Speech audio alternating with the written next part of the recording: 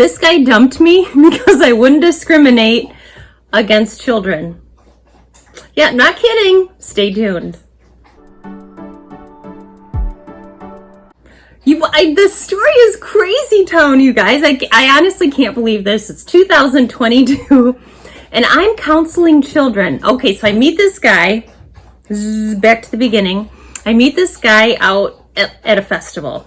And he zeroes right in on me, comes up to me, talking to me, came around the circle to come talk to me.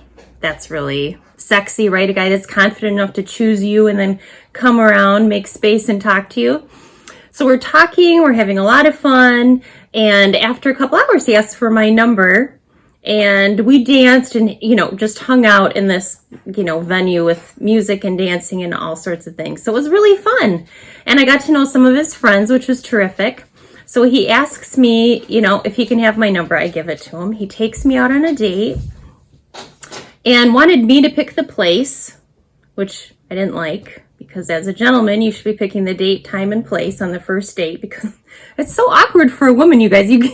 What's your budget? Are we going for coffee? Are we going for dinner? Like, what are we doing? So the gentleman does really need to plan the date, but whatever. We picked a spot and we met and we had a nice time. It was a little boring. He wasn't boring at the venue, but now when it was just the two of us, a little boring. I could see his beliefs kind of coming out, which is really important. Really good conversation to have on whatever date. What do you believe? What do you pursue? What are your ambitions, your goals, your passions, your family, all those sorts of things. So it was really neat to find out some things he really liked and disliked, but he had some shady comments that were kind of underhanded, under the table comments that made me wonder. And it just didn't seem like the right time to inquire further. So then we meet up again. We meet up again at the same venue that next week. And we don't have another date planned. He just said, I'll see you there. And I walk in with my girlfriend. So it was the three of us hanging out all night, having a ball. He introduced me to more friends because he's really excited about me. I could tell that he really just felt like a good connection, was really engaged with me, and was really excited about our potential. So we sit down. It's so noisy in there. We talked, but really it was the best time to talk was when the band wasn't up, was just when, the band's iPod was playing. And so we're having conversation when it's really loud. We're trying to. And I'm telling him, a work story. Okay, we're just chatting about whatever. And this is all in passing because he never, this is interesting too, never once asked about my work. I brought up my work on our third meeting. Isn't that interesting? That's one of the first things that people talk about. Almost too soon people bring that up, as opposed to like, I want to learn who you are. People ask more about what you do first. We went out and we danced some more. Like a half an hour passes. He's so into me. My girlfriend kept saying, he's just staring at you. He's so into you. He's just completely locked in. And then he disappeared. And there was a whole hour and a half left in the evening before we all left. And he disappeared. Completely disappeared. No text, no nothing. And I didn't mind that he was off doing whatever with his friends.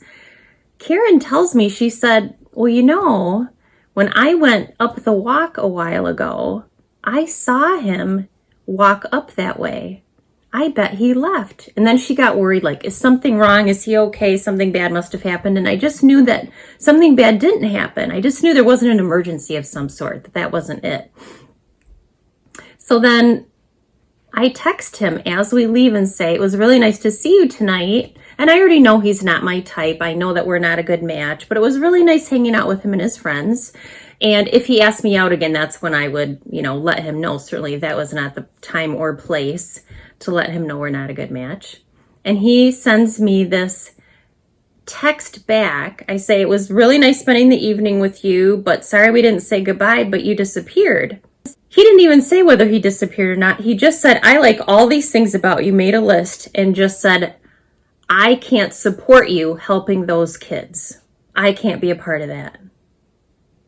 I was like, then he accused me of, supporting this community and supporting these kids and their journey. First of all, counseling kids, there's no sign on my door that says, I will help these people, I will not help these people. That's not how it works. ethically or morally. And if one of his children walked into my office, they would get to talk about whatever they wanted to talk about. Here's what's even funnier. He's ditching me, disappeared, disrespected me and my girlfriend by disappearing, not saying goodbye, and not telling me what was up. He asked not one clarifying question, you guys. He did not ask me one thing about what I said. With loud music on in the background, completely ended this relationship when he was crazy about me, according to my friend, and what he wrote in my text. And just disappeared. I love all these things about you, but I can't support you because you don't discriminate. Are you kidding me right now? I actually can't. Like, I would get fired. It's unethical, immoral, and illegal. Like, I don't know what else to tell you.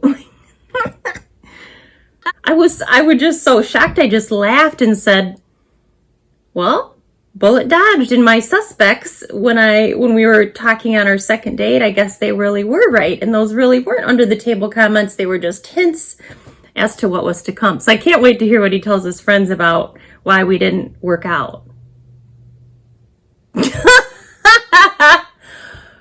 Oh my gosh. People are a little bit crazy, and you have to respect each other's beliefs. So we believe different things. Great. I accept everyone. He doesn't. Okay, whatever. Maybe we have different political beliefs too. Wouldn't know. But the truth is, whatever you think about your partner or your date, can't you just agree to disagree? We have beliefs for a reason, and you can have friendly banter, debate, all those things. He chose not to do any of those things. He just picked up, walked out, ditched us. Not good form. So it didn't end with that text of, here's what I like about you and here's why I now can't stand you because you accept all human beings. He says, starts texting me again at 1:40 in the morning. Is that all you have to say? Do you have nothing else to say about this? I was so crazy about you. And I'm like, are you drunk? No, you don't text anyone at 1:40 in the morning. So I turned off my phone and went to sleep. And then texted him in the morning and said, I actually don't do any of the things that you accused me of. But then you didn't ask me any questions. But I do accept all people. And we have no more to discuss. And then, I almost forgot about this. So I run into him a week later. He wants to talk to me. I'm like, so sorry, you had a chance to ask me questions and to work this out and to talk this through. But you disappeared and you disrespected me. And then he wants to talk to me. No, not that I'm going to be unkind. I'm not going to be unkind to him, but am I going to waste a moment on someone like that? No. It is 2022. Get your act together. And if we have different beliefs, who cares? Can't we mutually respect each other's beliefs? I mean, is he really still in the mindset of, you believe something different, you're bad. You think something else, so you're a terrible human.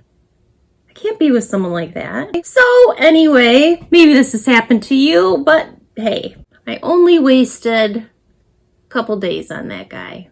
And then the third time wasn't really a waste because he disappeared.